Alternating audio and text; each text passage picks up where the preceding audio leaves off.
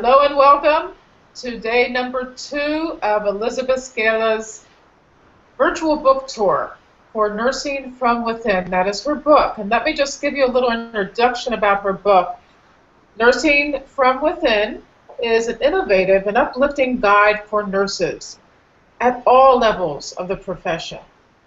You can learn how to shift your inner perspective so you can enjoy the work of helping other people regardless of how stressful or challenging the environment is. Now that is really going to be this is an interesting conversation because I know for a fact, as a nurse for 3 decades, that it's almost impossible not to get sucked in to drama and crazy making on the job. So get ready to discover the joy and passion of nursing when you read Elizabeth's new book called Nursing from Within, A Fresh Perspective to Putting Out Fires and Self-Care Work Arounds.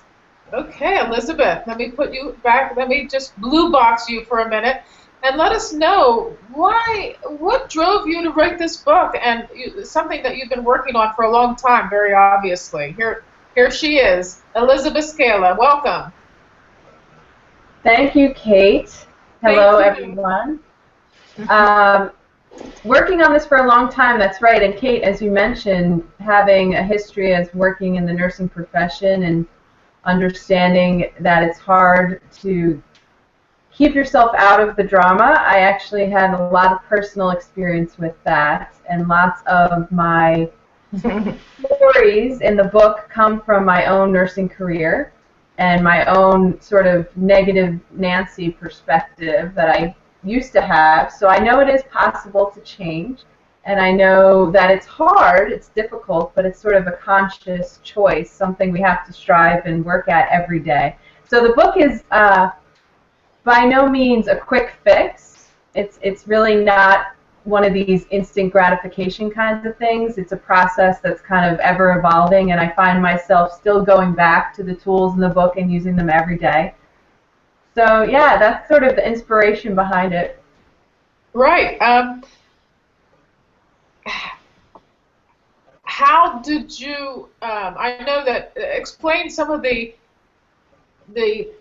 as you say, self-care workarounds that you describe in your book. But we might as well tell our audience, who may not all be nurses, what kinds of challenges do we confront every day in the workplace, especially in corporate nursing. I don't know if you're still in the corporate arena or not, and if you're not, bless you. I know that I haven't been working in the corporate environment now for 2 or 3 years, and I'll tell you, it's been a real blessing to be amongst people who are doing their job out of love, and there's no way in the world that there's there's politics, but it's not like it's some sort of punitive workplace environment.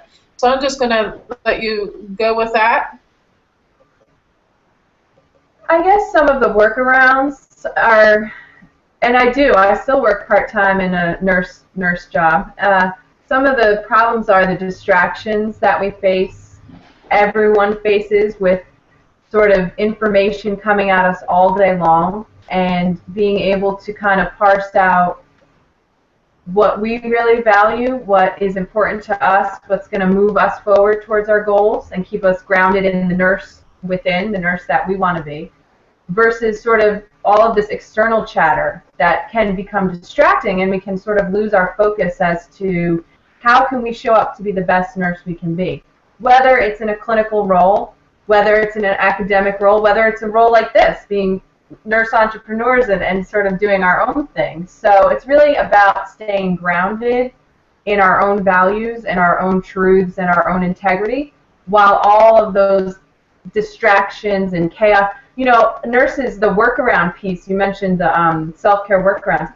We're sort of great at workarounds because we always have to figure out how to fix things. If there's a problem in the organization, they always look to nursing to kind of figure out how to make everyone else be able to do their job.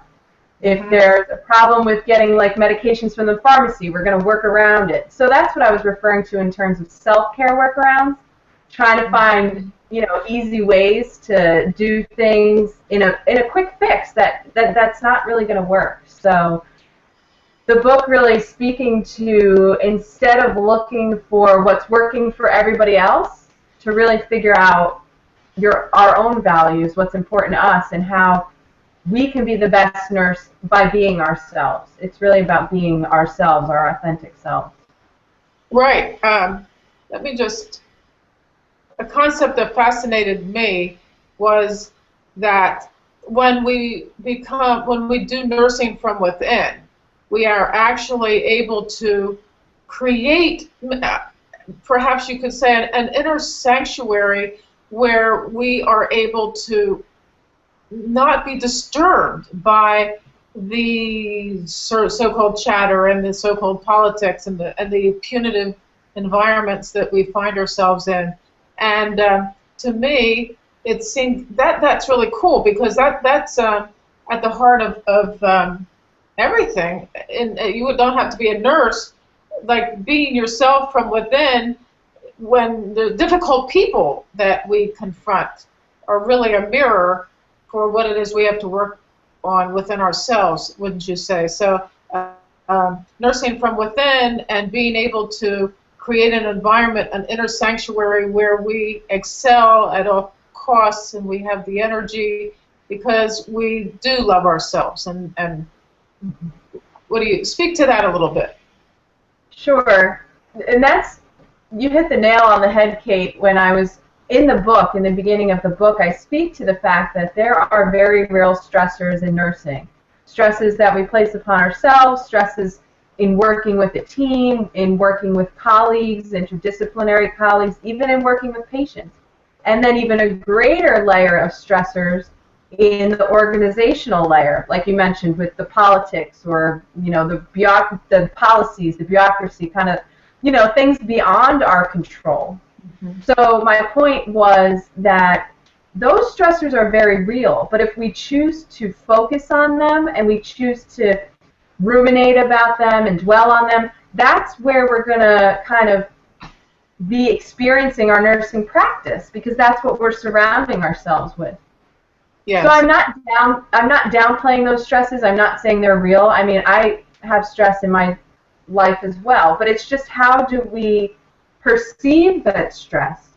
How do we relate to that stress? And how can we look at it as an opportunity for growth, as a chance to expand ourselves, as a chance to, as you said, really kind of enjoy your environment despite all these things going on around us. So that was the whole premise, and I do speak to that in the beginning of the book, about these stressors are real, they're there, and people are trying to fix them with other things. My approach is just to say, acknowledge that it's there, but how can we say, as you said, in our inner sanctuary, to kind of cope with those stresses and continue to grow and move forward towards, again, connecting with that nurse within, that spirit of nursing that you know, we want to do.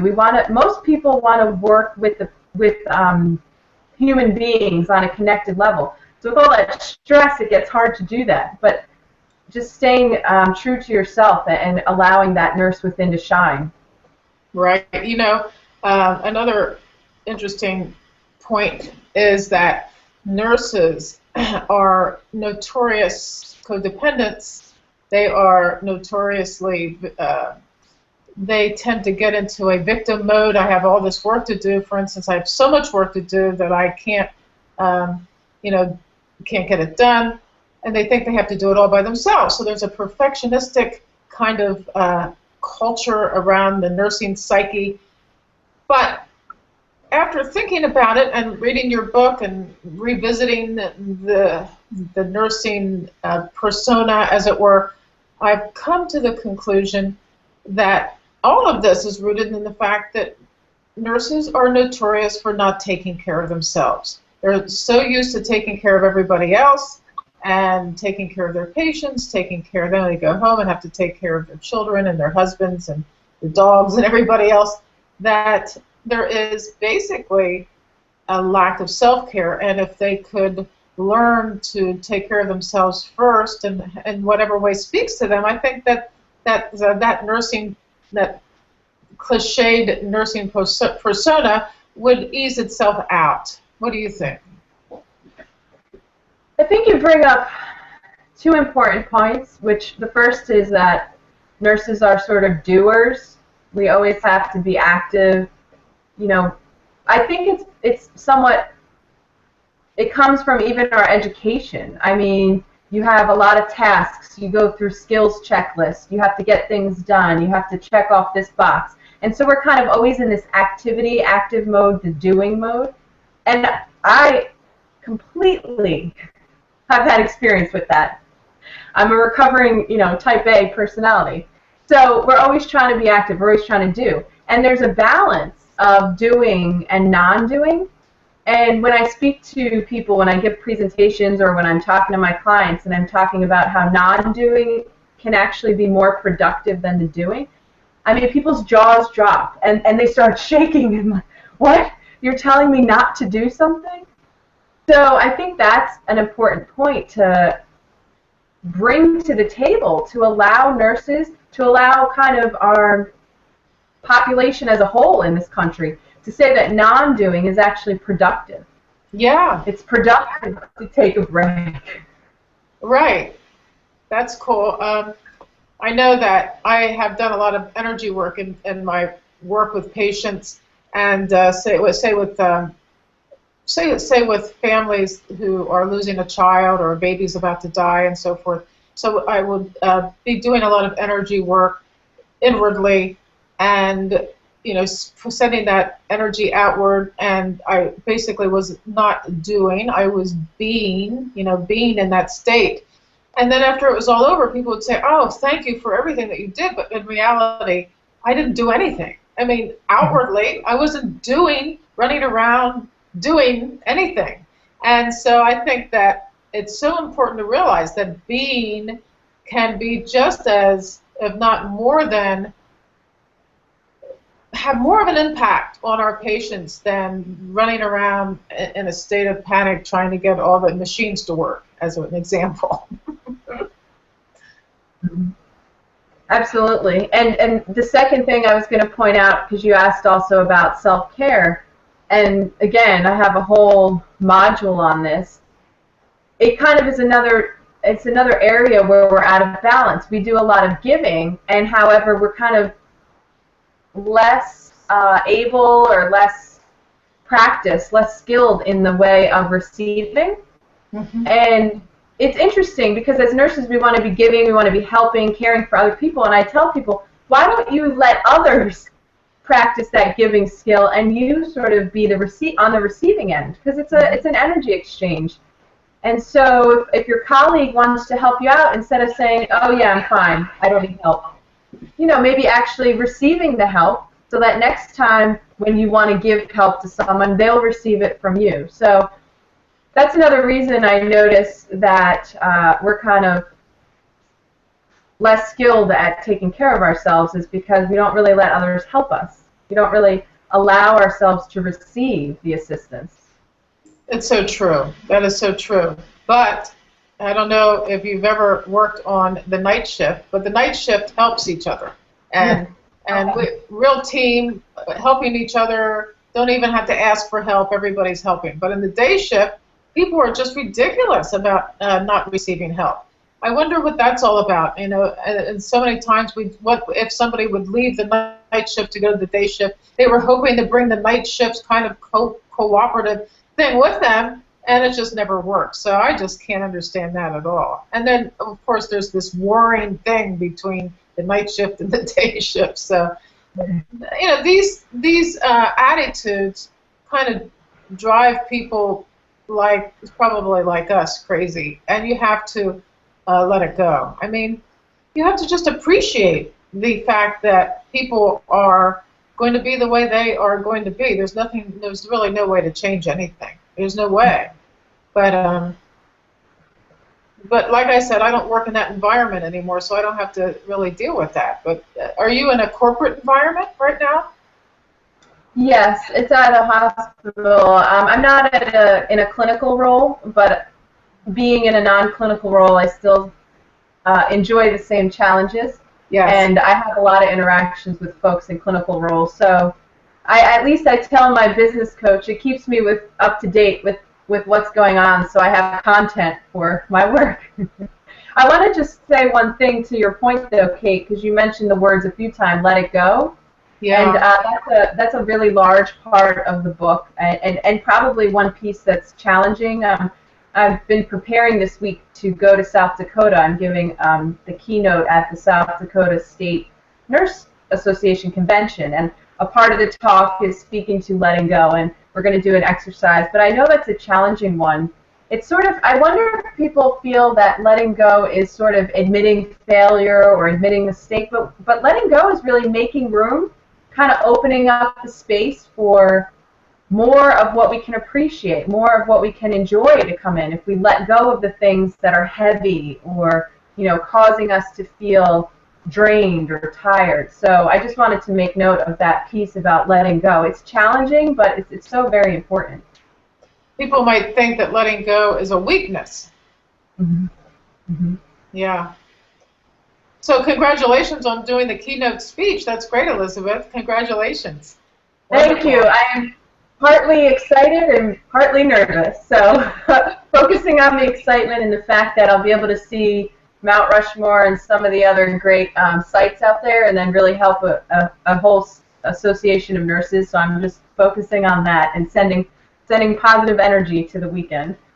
Yes, you can send positive energy to the self that will stand up and give the keynote speech, right? Right. So, what prompted you to write this book? I mean, was it something that has been in your mind for a long time? Or have you written any other books? Is this your first book? Well, it's funny. I have written other books. I don't really call them books. I call them more booklets. One of them was actually, I interviewed a lot of nurses in a variety of positions, from academia to clinical to nurse entrepreneur to people doing all sorts of things I didn't even know nurses do. And I took those interviews and compiled them into a book. So that's one book that I have, but I kind of downplay. And the other one is another collection of articles. But this book, I really wanted to kind of put all of my teaching, sort of my signature work, into one place, so that nursing as a whole, nursing students, nurses that I might not even know or ever come in contact with, could find the information and have really easy access to it. And then if they wanted, to take things further. But the book really outlines my core message, the things I speak to whenever I give my talks, and really outlines my system for how I take care of myself and share that with others. Right. Do you have a copy of the book lying there somewhere next to you? Honestly, this is hilarious because I was thinking I need to show it, right? I had one copy, and I was at my mom's house last weekend, and she wanted to have it, so I left it with her. And because it's only come out so recently, I haven't gotten any other copies. Right. So while we're on the subject, let people know how they can get it, where they can get it, etc. Well, two ways. The easiest way is to go to Amazon and then search out Elizabeth Scala, Nursing from Within. My website is elizabethscala.com, and under the store products tab, my book's listed right there. Wonderful, wonderful. Well, I know how writing a book has affected me, and it suddenly you start writing all kinds of books. It's a beautiful thing, writing a book, and people can't imagine. I think when you start writing a book for the first time, you don't. It's very overwhelming, and then once you have written your book, for instance, you're going to find that the next book and the next book and the next book is going to be a lot easier. So I'm just letting you know that that's what's going to happen. I do hope so, Kate, because I really love to write. Sometimes when I'm writing, I feel like I'm having a conversation with the keyboard or the paper or whatever. And people have said, when I read your stuff, it's reading like we're having a conversation. So I try to make it engaging and chatty. So I just love to write because it's me kind of having a conversation with myself. Exactly, and that's huge. Are you teaching? Do you teach nursing students? No. Mm-mm. What, I teach nurses Reiki, but I don't teach clinical or anything like that. so, how do your students, I guess, do you find that more and more people are being attracted to the energy work of Reiki as opposed to maybe a few years ago? Does it seem like it's becoming more mainstream?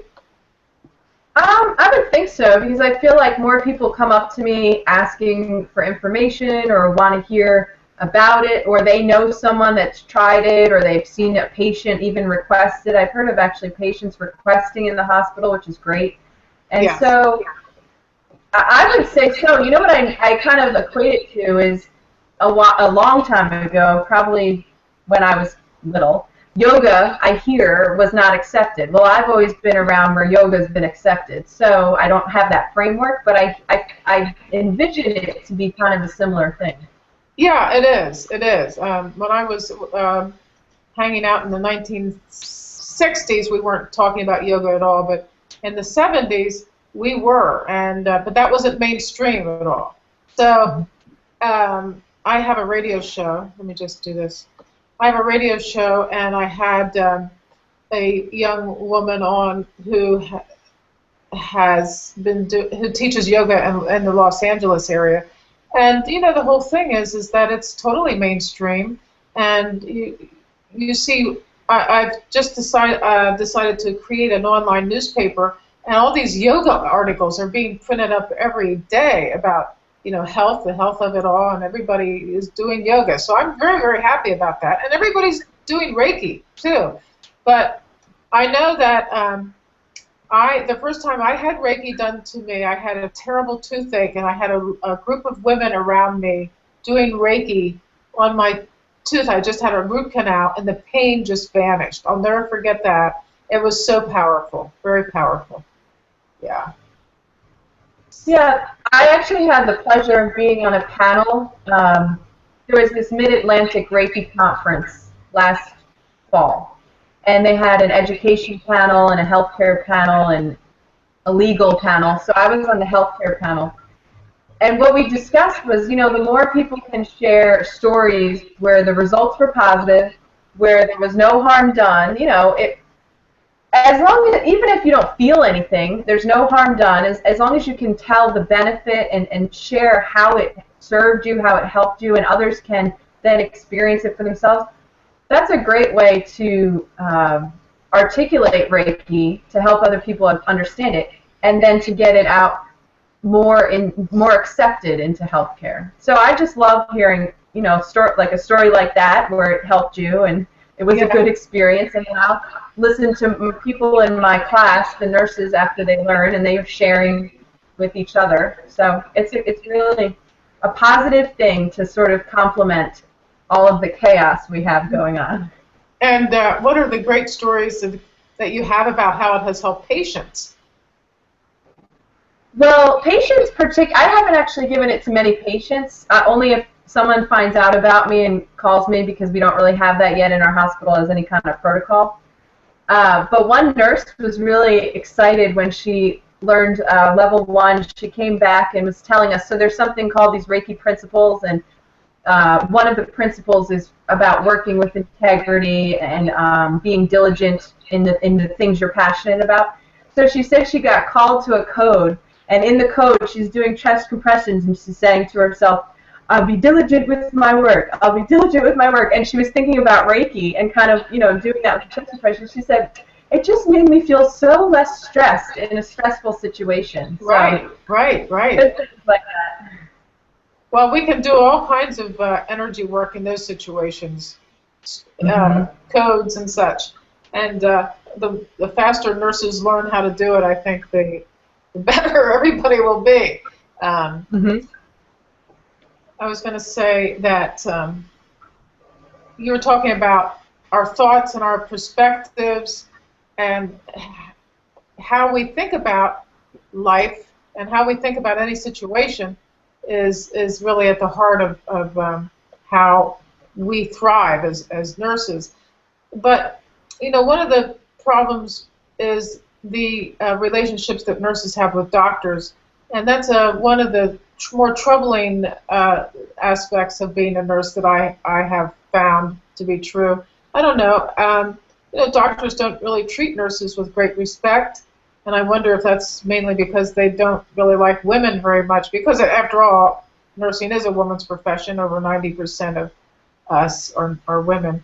But I always found that to be very sad and very distressing about how doctors treat nurses. It's just really depressing, basically. I mean, I allow myself to get depressed, but I certainly don't have to be.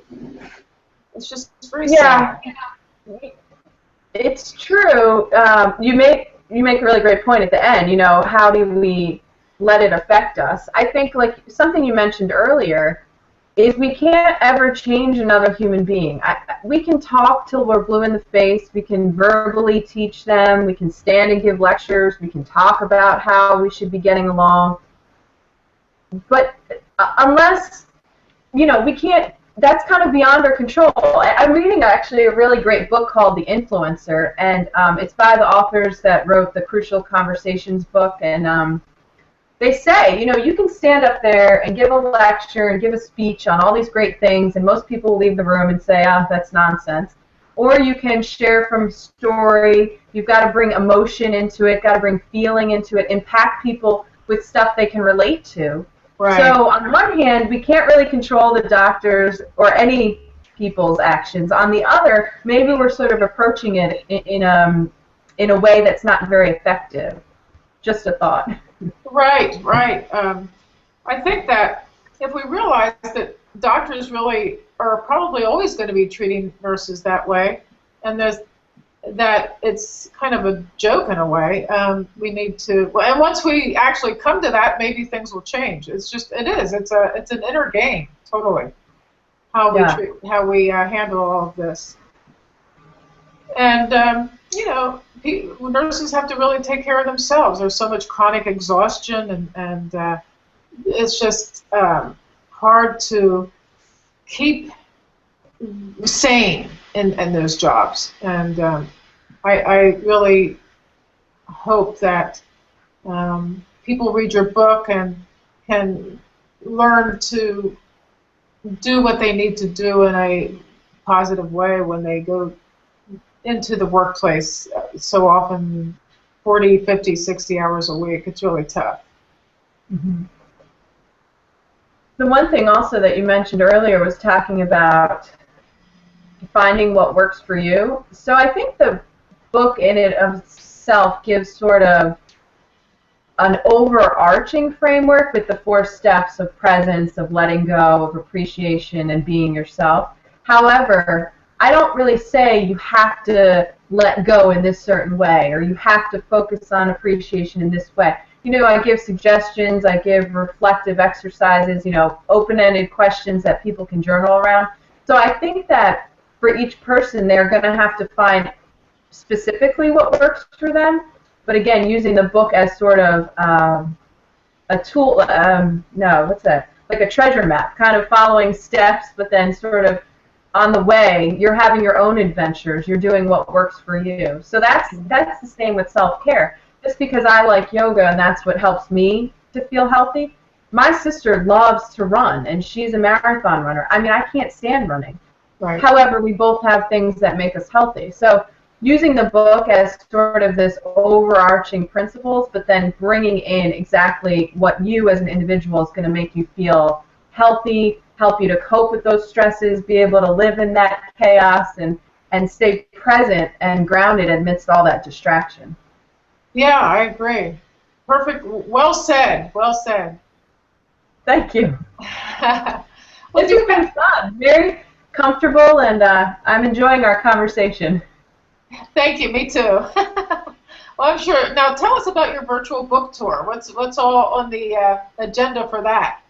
Yeah, this is so exciting, and I'm really stoked about this one. I actually have a business coach, and her name's Alicia Forrest, and I've been working with her for about 3 years now in my business, and she mentioned how one of her other colleagues did a virtual book tour. She sent me over to her site, I looked at it, and I said, oh, I'm going to even do this bigger.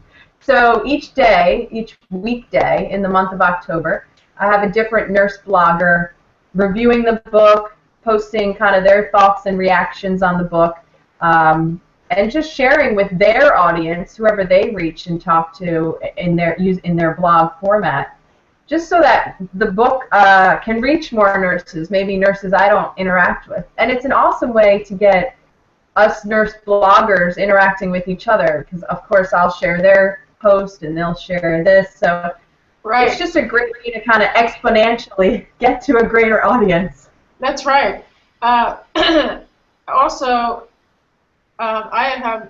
this week and maybe for the next 31 days, I've been participating in a 31-day blog challenge. So I'll be blogging every day, and this is going on today. When we're done, I'll send the link out and everything, and I'll give you the link so you can. It's a little late in the day, but nevertheless, it's still today, October the 2nd, and we can get it out there.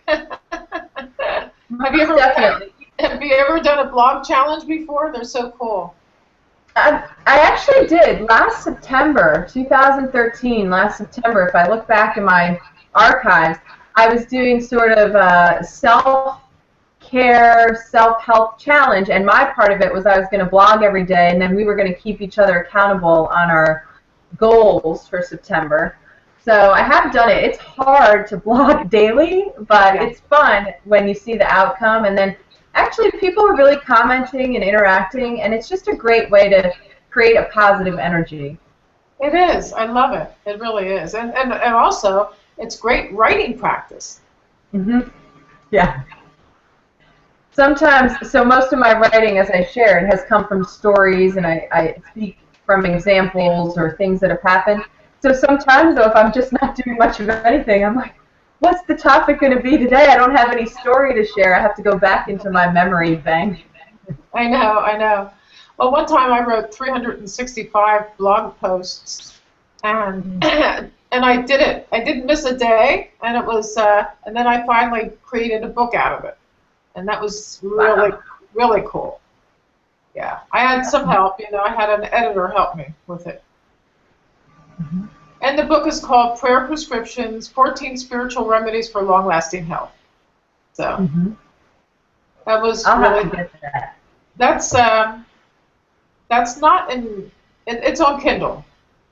So it's 99 cents on Kindle. So that's pretty cool. Mm-hmm. So and I just when I was having trouble with my technology, you saw I phoned in via my tablet, so I do have a way to read a Kindle, so I can do that. That's good. That's good. So, Elizabeth, do you have any parting words of wisdom for us tonight? Parting words of wisdom. I guess the thing that I've most realized with the book, with the lessons in the book, and then with the topics that I speak to, it's lately been revealed to me that it all comes down to love. And we tell our family members, I love you. We tell our dogs, every day I come home from work, I love you, it's so good to see you.